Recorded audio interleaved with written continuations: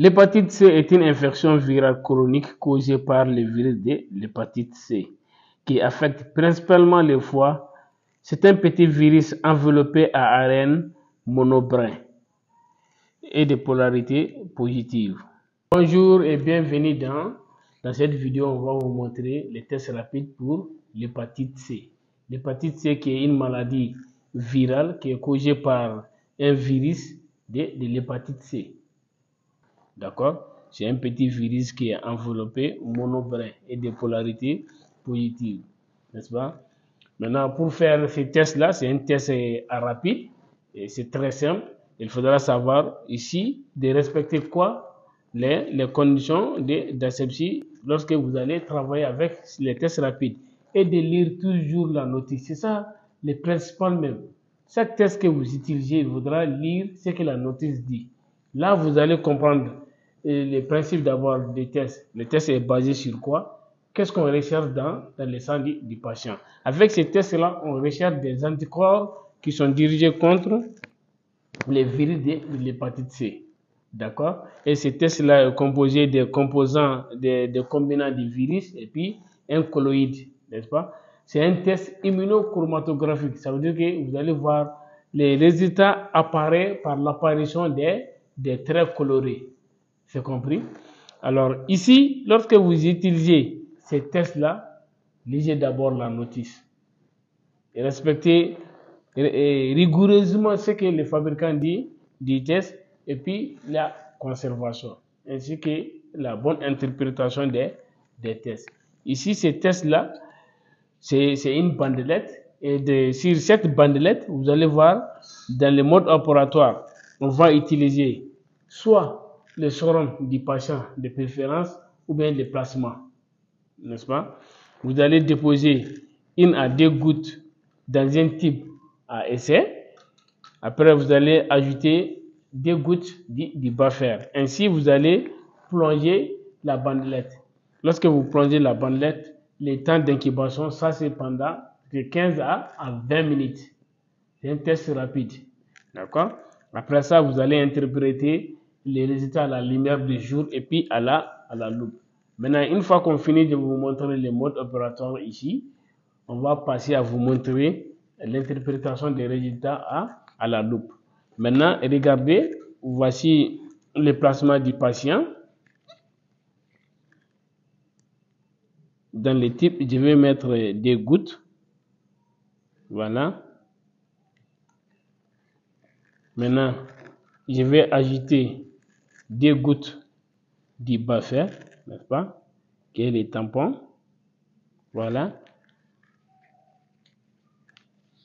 Maintenant, je vais sélectionner un test. Il faudra toujours faire attention à comment vous allez prendre les tests. Ne mettez jamais les doigts dans les tests. Vous pouvez secouer lorsque les bandettes viennent. Et regardez.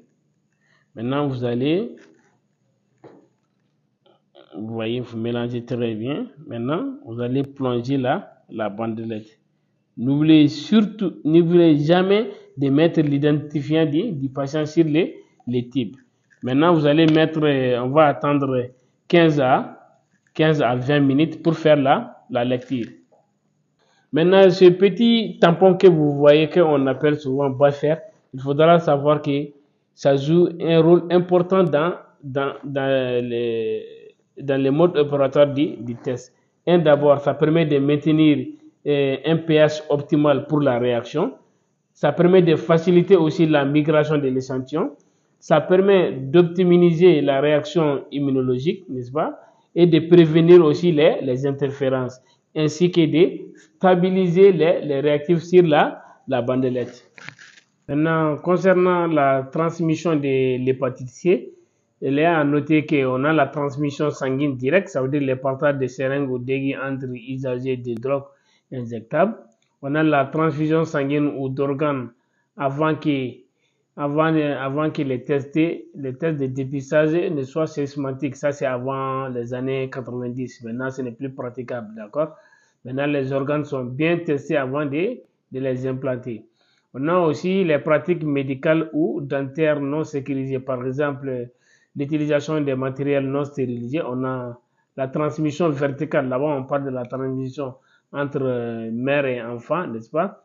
On a les relations sexuelles à risque, ça veut dire les relations sexuelles non protégées avec un partenaire infecté par le virus. Et puis, on a la salive. Ici, la salive, on dit sauf par gencives saignantes. Ce n'est autre chose qu'il faudra savoir que la salive elle-même, il n'y a pas de concentration du virus au niveau de la salive. Mais lorsque la personne infectée a des gencives saignantes, si vous l'embrassez, ça veut dire que vous êtes exposé au risque de contracter la maladie de l'hépatite C. Voici ce qu'il faut savoir sur la transmission des virus de l'hépatite C. Alors, à 15 minutes, on peut commencer à faire la lecture parce que le temps d'incubation, c'est 15-20 minutes selon les différentes confrères. D'accord?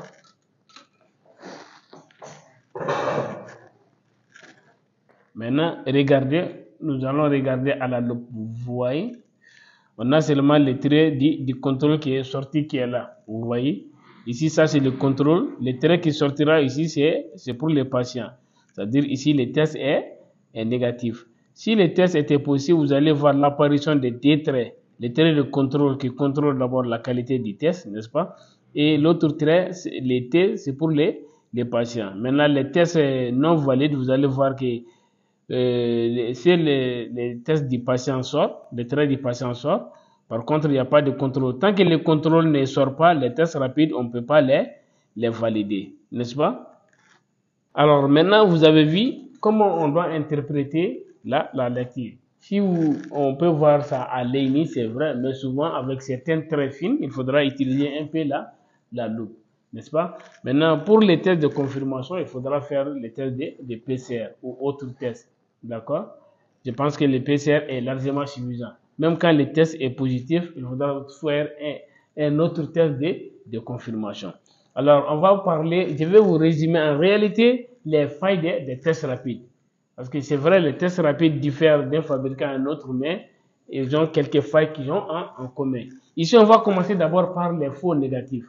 Les faux négatifs, il faudra savoir là-bas, on va parler des fenêtres sérologiques. Ça veut dire que lorsqu'une personne est infectée par le virus de l'hépatite C, il faudra 2 à 10 semaines comme ça pour avoir l'apparition des anticorps, n'est-ce pas? Parce qu'on vous a déjà dit que ce test est basé sur quoi? La recherche, la détection des anticorps dans le sérum du patient, n'est-ce pas?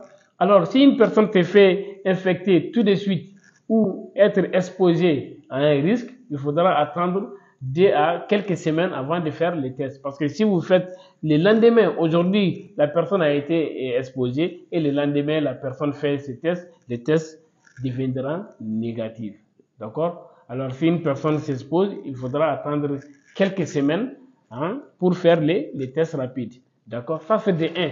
De 2, on a les faibles quantités, les faibles taux d'anticorps. Ça veut dire quoi? Les personnes qui présentent un faible taux d'anticorps, n'est-ce pas? Des anticorps qui ne peuvent pas, dont les tests ne peuvent pas détecter.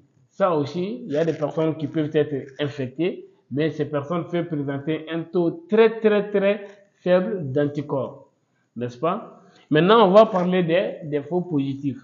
Les faux positifs n'est autre chose que, souvent vous allez voir dans les placements ou les sérums du patient, il y a des anticorps qui peuvent réagir avec les colloïdes du test. Il faudra savoir, ici, ce sont des anticorps irréguliers. D'accord? Et à noter aussi que ici, il n'y a pas d'immunisation pour l'hépatite C. Ce n'est pas parce qu'une personne a été, la personne a pu se débarrasser de ce virus, quel qu'en soit les moyens, et que la personne n'est plus réinfectée. Non, la personne pourra bien se réinfecter encore. D'accord? Notez les faux négatifs et les faux positifs.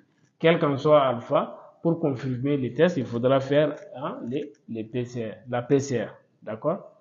Parce que si une personne se présente avec ces tests-là, en cas de positivité, il faudra toujours faire les tests de PCR. D'accord?